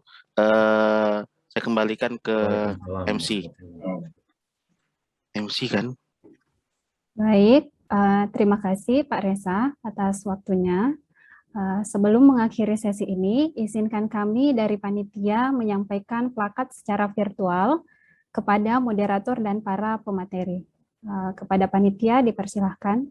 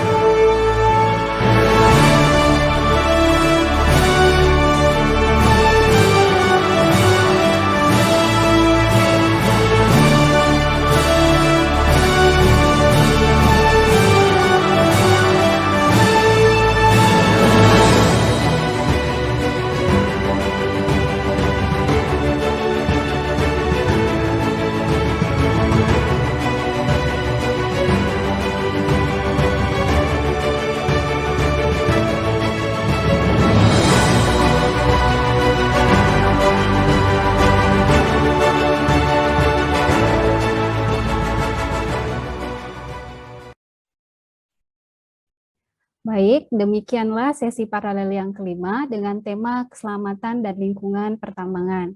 Saya mewakili panitia mengucapkan terima kasih kepada Pak Reza Arianto selaku moderator, para pembicara, Bu Chani, Pak Niko, Pak Iwan, Pak Tony, dan Bu Anissa Hamis, dan para peserta yang telah mengikuti sesi paralel yang kelima. Sebagai tambahan informasi, Bapak Ibu dapat mengikuti sesi workshop yang akan diadakan pada jam 1 siang nanti. Akan ada 2 workshop. Workshop pertama dengan tema Drill Hole Spacing Analysis for Research Evaluation, dan workshop yang keempat dengan tema Pit Lake Development Preparation for Sustainable Post-Mining Land Use. Akhir kata, kami dari panitia mengucapkan mohon maaf jika ada salah kata. Terima kasih atas perhatian Bapak Ibu. Sampai jumpa di lain kesempatan. Selamat siang. Assalamualaikum warahmatullahi wabarakatuh. Terima kasih Bapak Ibu. Terima kasih Bapak Ibu. Terima kasih Bapak Ibu panitia. Terima kasih. Makasih Prof, makasih panitia, makasih Bapak Ibu semua.